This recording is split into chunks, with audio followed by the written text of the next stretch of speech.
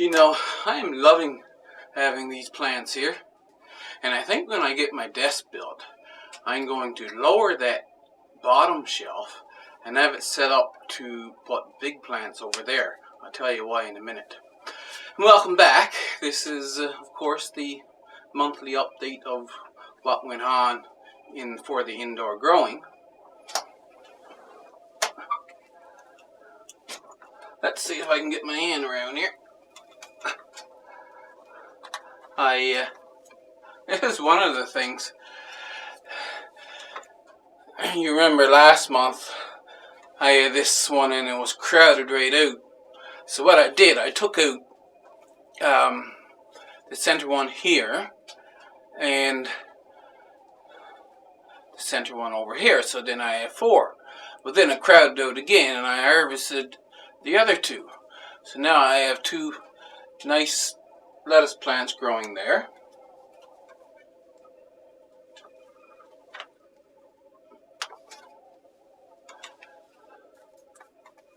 Same thing happened with this one, but I only harvested 1 more. I've been waiting to do this video. Some of the herbs are tall and I had to cut them all back, but I wanted to show you how they grew. This is one of the winter savory here. Nice big one. And now look down here.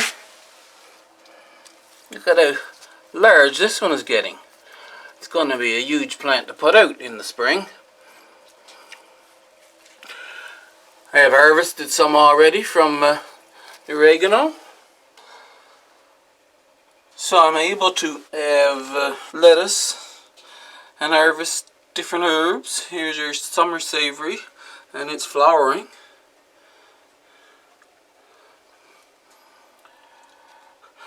Parsley, it's not growing that well because these pots have very poor contact with the bottom. You see the roots are coming out here. It has enough contact that it's getting some moisture, but I think it's low on moisture and that's why they don't grow very well.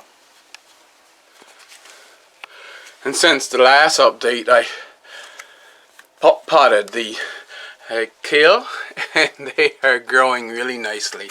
Now this leaf, he's turning yellow because he's leaning away from the light and he's not getting light, so I just have to harvest that. And the other one in there growing just wonderfully.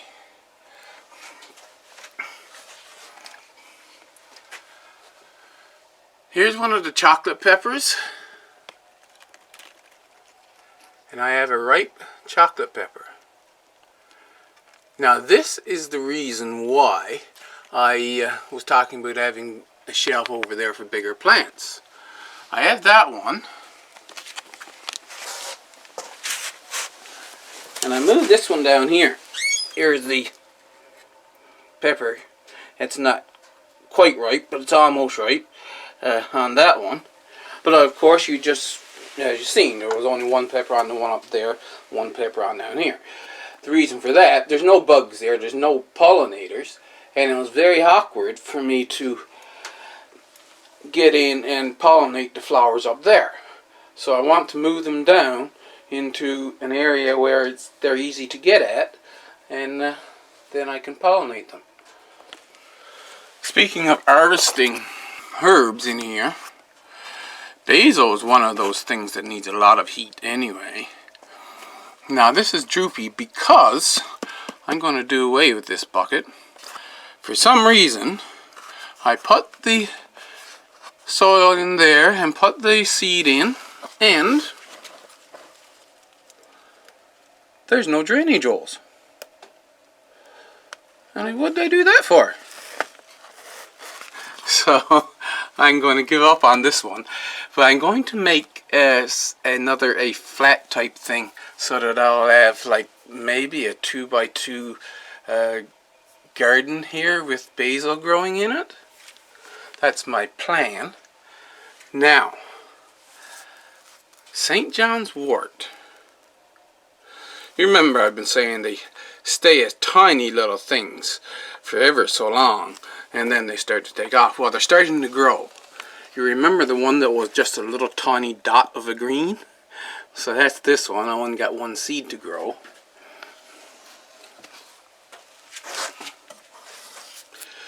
In back here,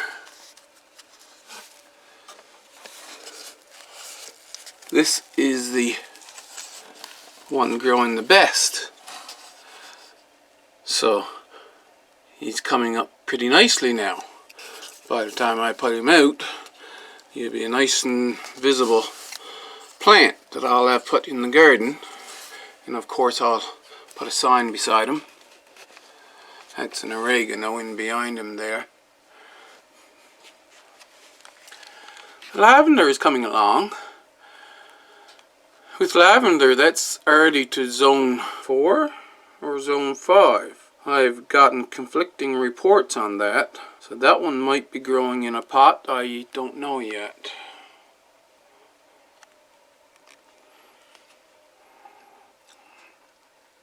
That's a tiny tin pepper. This is the most well developed of my hot peppers. It's the second generation away from Apache pepper. I have a couple more of them.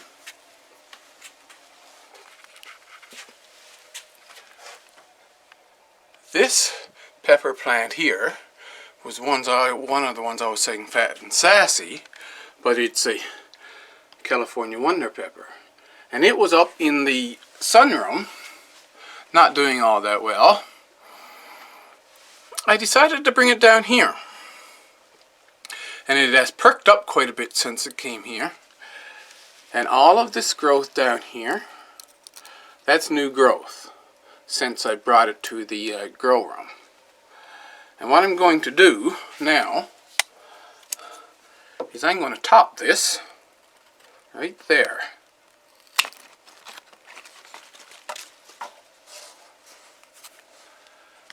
And I'm going to have this now regrow into somewhat of a better looking plant. I'll take off this dead stuff here later on.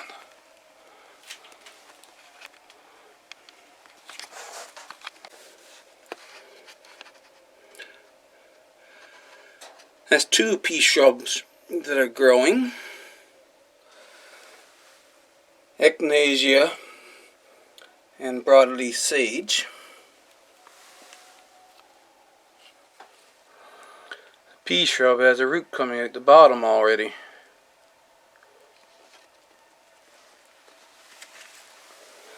Does the other one. Just starting to come out the bottom, see that?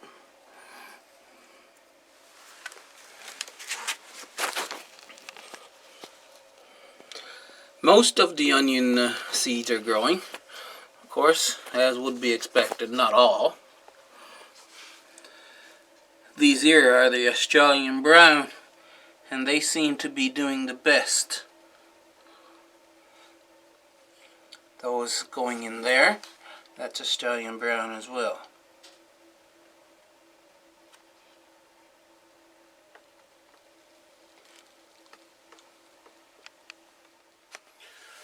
I'm a little dark here, I think. People talk about good bugs and bad bugs. And I like to tell them that there's no such thing as a good bug and a bad bug. It's all part of the ecosystem. And if you're having problems with the infestation, you've got a bug imbalance.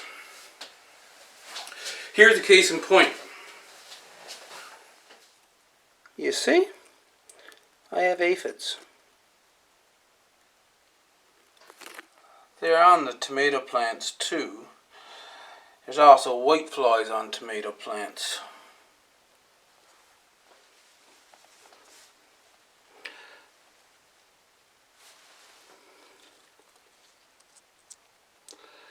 Aphids love the flowers. This is on the pepper plant. They just go crazy for the flowers.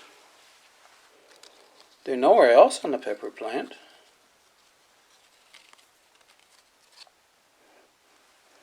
Now, as far as the pepper plant goes, I can just go to each flour.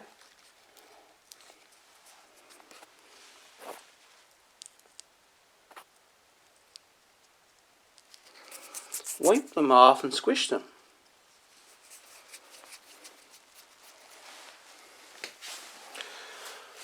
They don't like rosemary.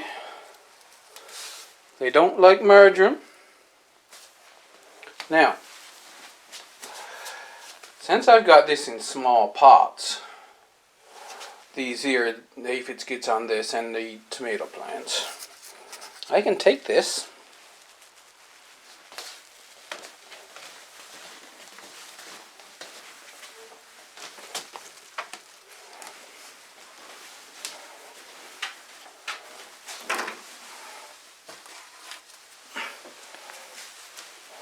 Now I'm at the tub in the washroom, and I have this spray applicator. You put water in it, whatever liquid you want to spray. You pump it up to compress the air.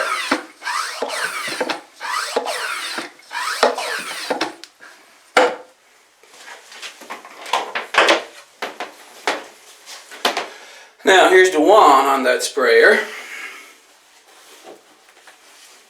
and I can go over this plant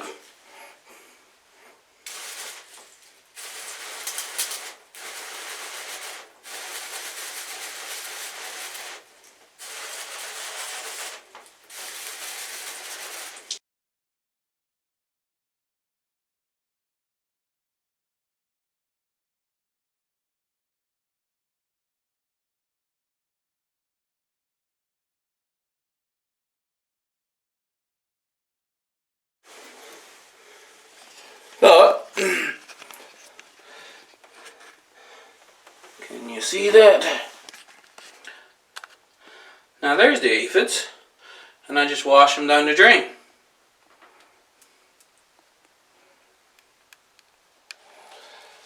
So I've been very successful in keeping their numbers down by doing that.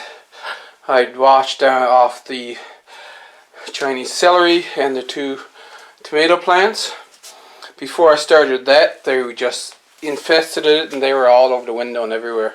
But just by doing that, you bring them into the tub, spray them down, and wash the aphids down the drain, and away to go. Now, I don't want to get rid of them because you can see how many peppers I have growing on these.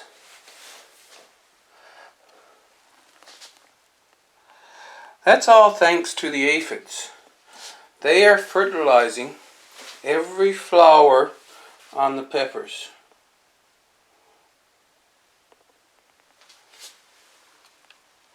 And I think they fertilize the tomato plant flowers as well. And the last thing for the bay window area, I'm soon going to have sunflowers.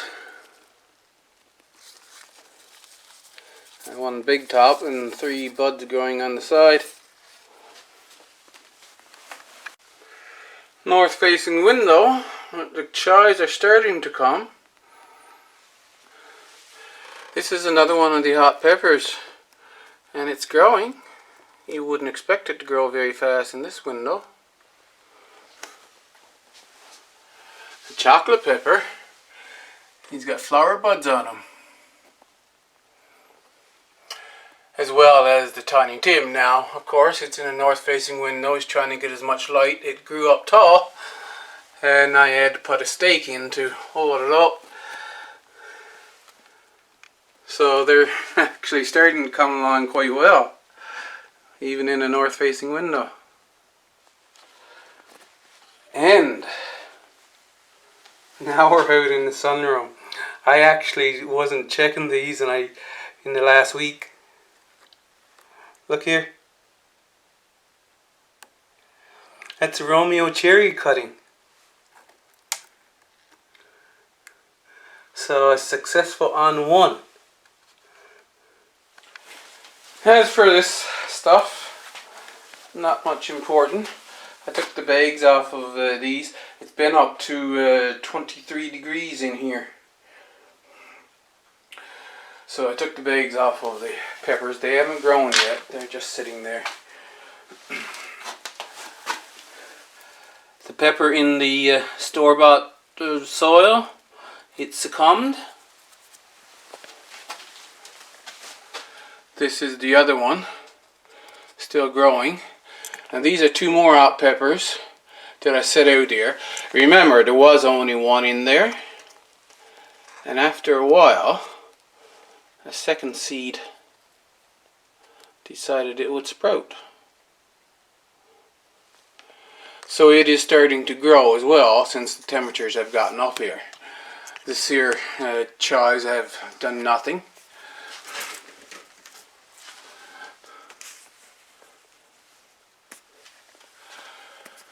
Oh, good.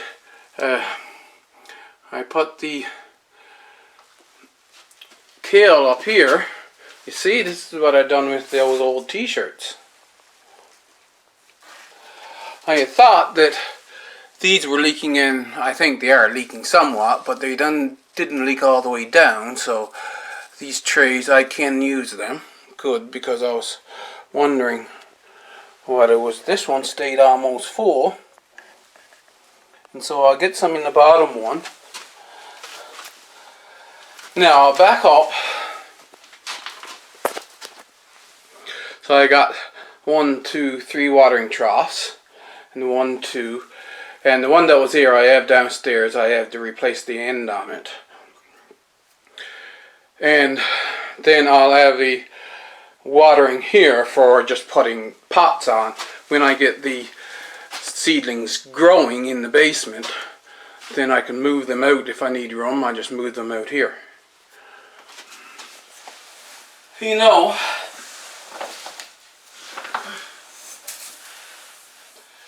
this is a baby pan pumpkin. Not one sign of rot or going bad. It's March the 10th. I put plastic hoop over them to get them to be fully ripe. So sometime middle of October, November, December, January, February, March. So 5 months they've been sitting here. They're nice and firm.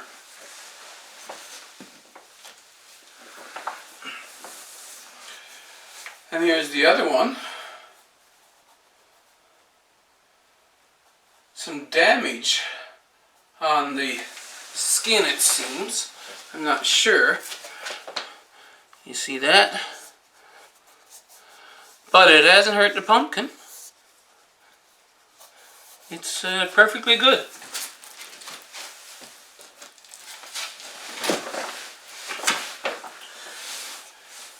I have some more seeds for those, so I don't really need to use them to get the seeds out.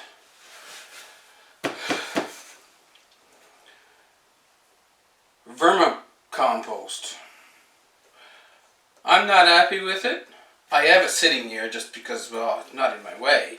I was given some red wiggler worms, and every once in a while I feed them.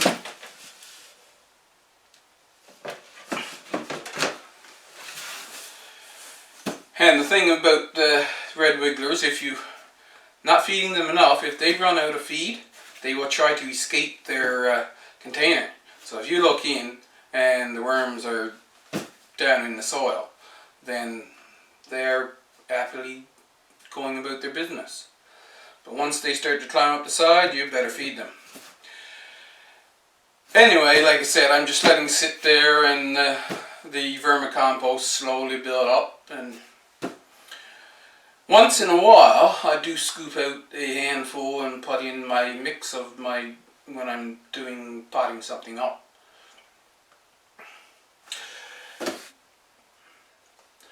That's another update for March 11th. Hope you enjoyed it. I'll see you in the next video.